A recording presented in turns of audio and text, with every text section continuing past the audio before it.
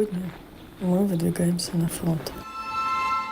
Russians at War is a documentary from the perspective of Russian soldiers in the war between their country and Ukraine. A description on the TIFF website says the film depicts soldiers' disillusionment with the war as they learn the story they were sold in Russia is false. Stop this movie!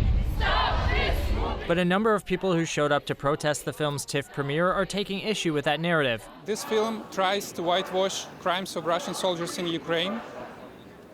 It blurs the responsibility of the soldiers doing their crimes in Ukraine. It tries to equate the aggressor and victim.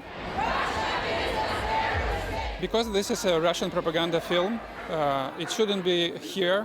The film received $340,000 from the Canadian Media Fund, a public-private partnership between the Department of Canadian Heritage and the Canadian cable industry. This is absolutely unthinkable that this movie is shown in a democratic country like Canada, being funded by our money. They're also calling out Russian-Canadian director Anastasia Trofimova as biased. Trofimova has previously worked for Russia Today, the international arm of Russian state-controlled television.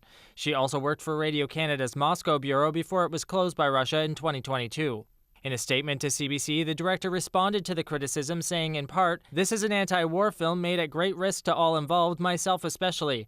I unequivocally believe that Russia's invasion of Ukraine is unjustified and illegal," adding she hopes the film will be assessed and discussed on its own merits and will ultimately help to end the war. The TVO Media Education Group, which approved the funding, has also issued a statement defending the director and the film's content, saying it shows the increasing disillusionment of Russian soldiers as their experience at the front doesn't jive with the media lies their families are being told at home. Canada's Deputy Prime Minister, who's of Ukrainian heritage, has denounced the film. And we as a country have to be very, very clear that there can be no moral equivalency in our understanding of this conflict.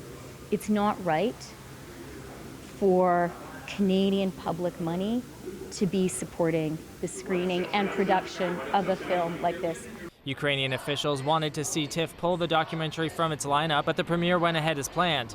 3 more screenings are on the schedule later this week. There shouldn't be a stage for Russia, and of course Russian soldiers must be at the International Criminal Court, but not at the Toronto International Film Festival. CBC reached out to TIFF for a statement but did not receive a response in time for broadcast. Tyler Cheese, CBC News, Toronto.